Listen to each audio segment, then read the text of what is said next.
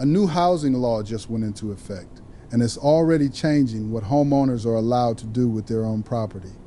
Most people haven't heard about a single part of it. There are 3 rules buried inside this law that directly affect anyone who owns a home right now.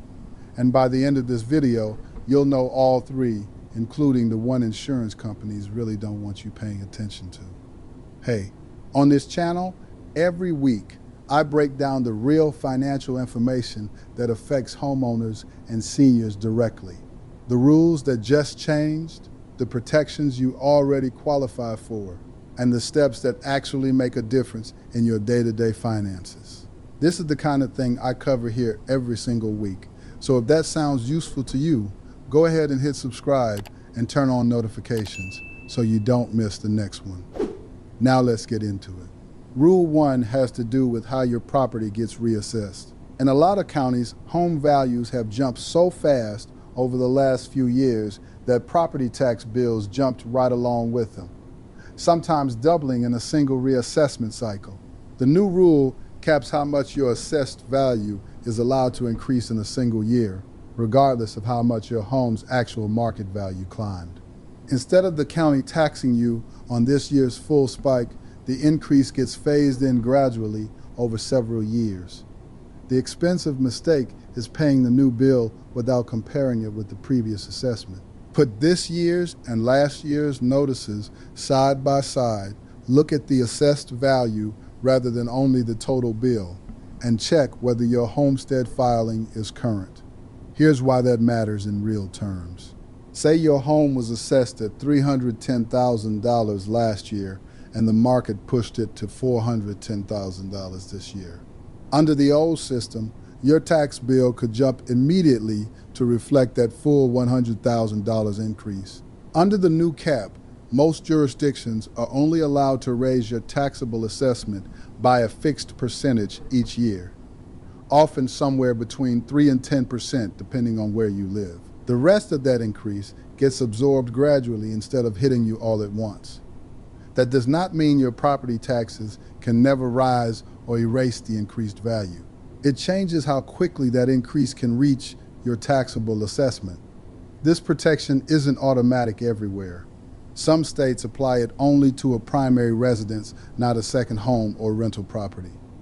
Some require you to file a homestead exemption first before the cap applies to your account at all. If you've never filed one, or you moved in the last few years and forgot to refile, you could be paying full freight on an increase you were never supposed to absorb in 1 year.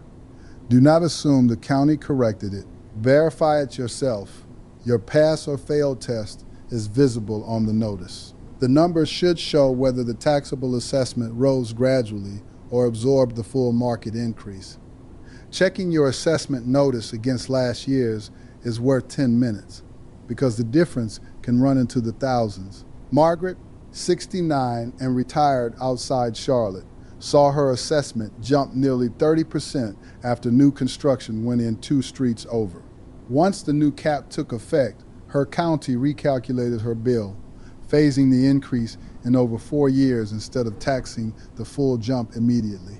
Her bill this year came in almost $1,400 lower than it would have under the old rules.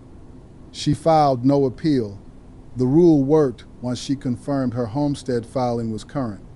That is the verdict on Rule 1. Compare the notices. Confirm the filing. Never assume the cap was applied. Stay with me, because Rule 2 begins with an ordinary envelope.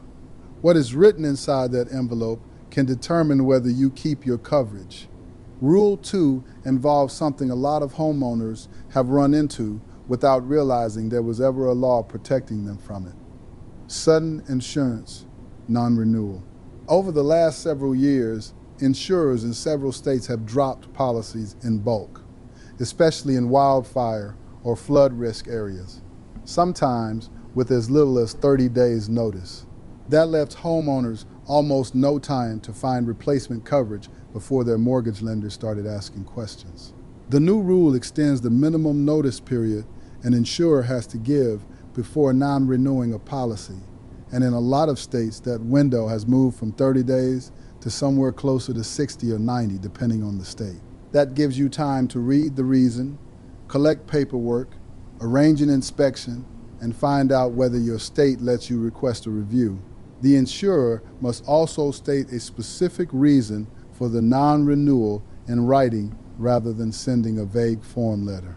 That written reason matters more than it sounds like it would, because in several states, you're now entitled to request a review of that decision, and in some cases challenge it if the stated reason doesn't hold up. Before shopping for replacement coverage, ask one exact question. What specific reason did the insurer put in writing? Circle it and use the printed reason, not your memory or only what someone said over the telephone. This connects to something else worth knowing if you're in an older home. A number of insurers were non-renewing policies specifically over outdated roofing, plumbing, or electrical systems, even when nothing had actually failed. Several states have added a provision letting homeowners fix the specific issues cited and request reinstatement rather than being forced to start over with a brand new insurer at a higher rate. This does not guarantee that every policy must be restored.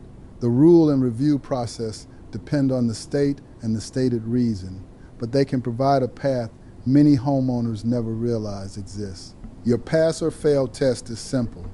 Can you point to a specific written reason? If you cannot find one, that absence itself is something to verify under your state's requirements. If you can find one, determine whether it describes something that can be corrected, inspected, or documented. Robert, a retired mechanic in his early 70s outside Sacramento, received a non-renewal notice citing his home's original 1990s wiring. Rather than shop for new coverage at a much higher premium, he had an electrician issue an inspection certificate confirming the wiring met current code. Under the new reinstatement provision, his original insurer was required to reconsider and his policy was restored at close to his original rate. What changed the outcome was a document addressing the specific written reason plus the extended window the new rule gave him to use it.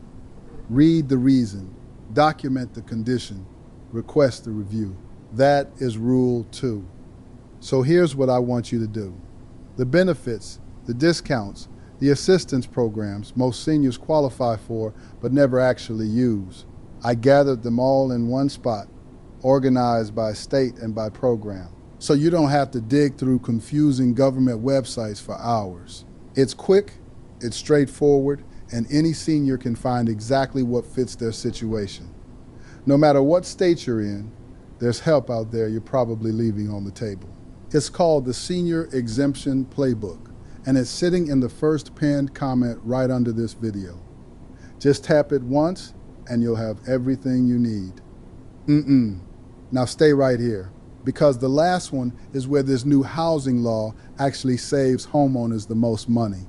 The rule tied to home equity and how it's treated when you go to sell. And almost nobody asks about it until it's too late to plan around. Rule 3 has to do with how home equity is treated, specifically for older homeowners who are considering downsizing or selling later in retirement. Under the new provisions, several states have raised the threshold for what counts as protected equity when a homeowner applies for certain state-level assistance programs, meaning the value built up in your home is less likely to disqualify you from support you'd otherwise be eligible for. As equity climbed over the past several years, many longtime homeowners found their paper wealth disqualified them from programs intended to help people in their position. Many people see their home's estimated value and assume high equity automatically means no assistance. Before making a sale or downsizing decision, check your state's updated equity threshold. Someone else's experience is not proof because their state, program, and equity position may be different. There's a related piece tied to the federal capital gains exclusion on a home sale that's worth understanding alongside this. When you sell a primary residence, up to $250,000 of the gain is excluded from taxable income for a single filer and up to $500,000 for a married couple filing jointly. as long as you've owned and lived in the home for at least 2 of the last 5 years. The key word is gain. It is not necessarily the same as the sale price, and the exclusion does not protect every dollar connected to a home sale. That threshold hasn't moved with home values the way the market has, and for a lot of long-time owners in high appreciation areas, the actual gain on sale now exceeds what used to be an untouchable number decades ago. It isn't part of the new housing law itself, but it interacts directly with it, because a homeowner deciding whether to sell now needs to look at both the equity protection rules and the capital gains exclusion together before assuming a sale is either fully protected or fully taxable. But there is one more document that can stop a closing cold. There's also a new disclosure requirement tied to this rule that catches people off guard. If you're selling and any part of your home was financed or improved using a state-backed grant or loan program, in some cases you now need to formally disclose that before closing, since some of those programs carry repayment or equity sharing clauses that only surface at the point of sale. Homeowners who took advantage of a state home repair grant a decade ago sometimes forget that grant existed at all until a title search brings it back up during the sale. Do not wait for the title search to uncover it after buyers, agents, and closing dates are involved. Pull your original closing documents. Find every state grant or loan documents connected to past improvements, and look for repayment or equity sharing language before listing. If you remember receiving assistance but cannot find the paperwork, locate the record before the home goes on the market. A complete paper trail can prevent a real delay later.